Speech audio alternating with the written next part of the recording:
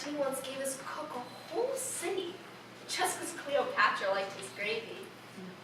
You know, those were the days when they appreciated things. They went all over the world just to get stuff to eat. Fantastic ingredients from all over the world.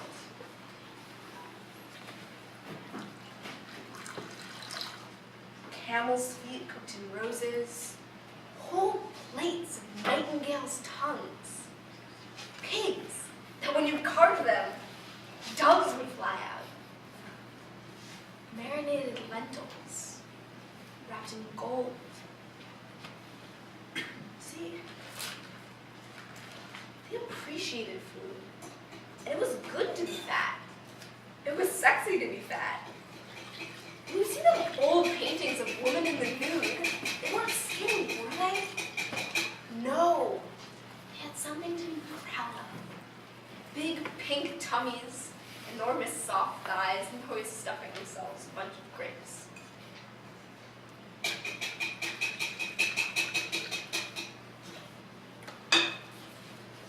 Sometimes I have this dream, and I'm lying there in the middle of this enormous bowl of fruit. I'm just lying there amongst the kiwis and the papayas, totally naked, eating chocolate puddings. I suppose in that way, I'm quite old-fashioned, really. When I grow up, that's what I want to be, Dad. A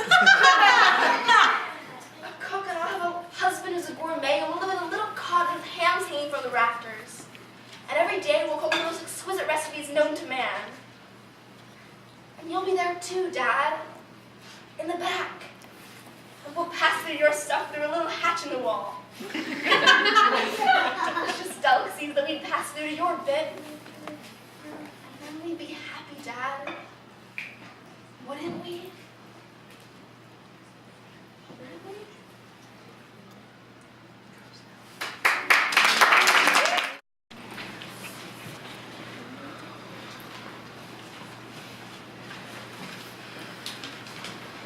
Dad, listen.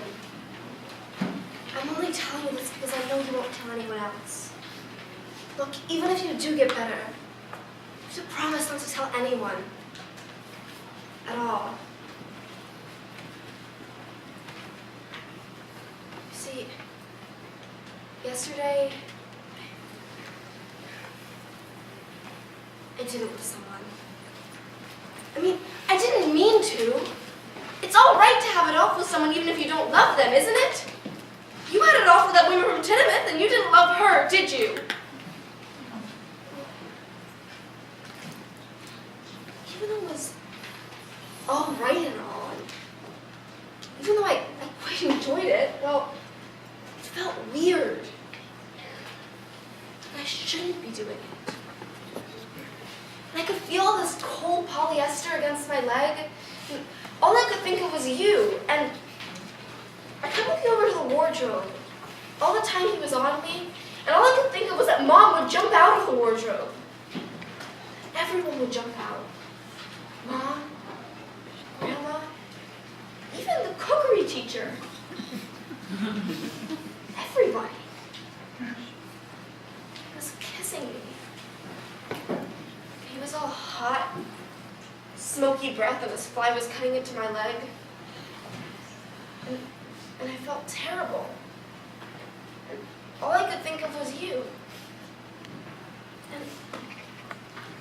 And then I started to smell this smell. And the smell was the sweet smell of dough. And then I imagined Mom. And I imagined this big plate of dumplings. And Mom was sitting there, and she was eating the dumplings. And she was sitting there, and she was eating the dumplings. She was crying.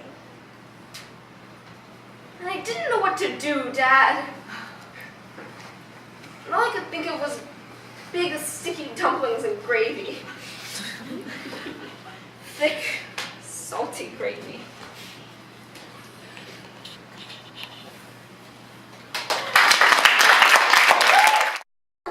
omelets and the stews and the custards and the puddings.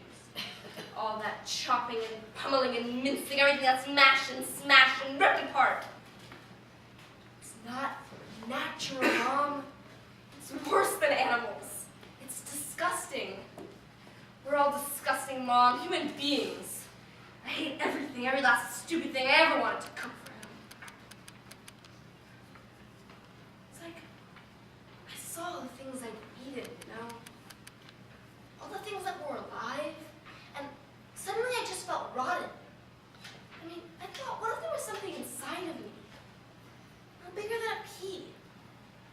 How would I like it if someone took that and put it on a pizza? And then I was thinking about the third world. And there are all those starving children in Africa. And there is Kate Moss without an ounce of fat to rub together. I thought about all this and it just felt sick. You think you're all high and mighty looking down on me and everything, but you're the one to blame. Look what you did to Dad, but you won't even admit it. You don't even care. You've got no conscience at all, have you? You're just a bastard. And then I fainted. And somehow, Mom managed to pick me up. She carried me across the landing. Everything was becoming too much, and her head was spinning, and Stuart was shouting from inside the cupboard, and I was too heavy, and she hadn't eaten for several days. And there we were, at the top of the staircase. And she fell. And down we tumbled, and I landed on top of her. When I woke up, I was in the hospital. I was in the bed next to hers. But somewhere in the fall, somewhere in the middle of that staircase, something was irrevocably changed. And when I woke up, I couldn't remember why it was that I had tried to commit suicide. But I knew that it would be all right.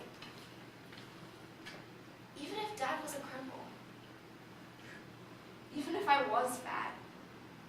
Just as long as we didn't have to see that bastard Stuart anymore. Mom said she'd find a way so that we never had to.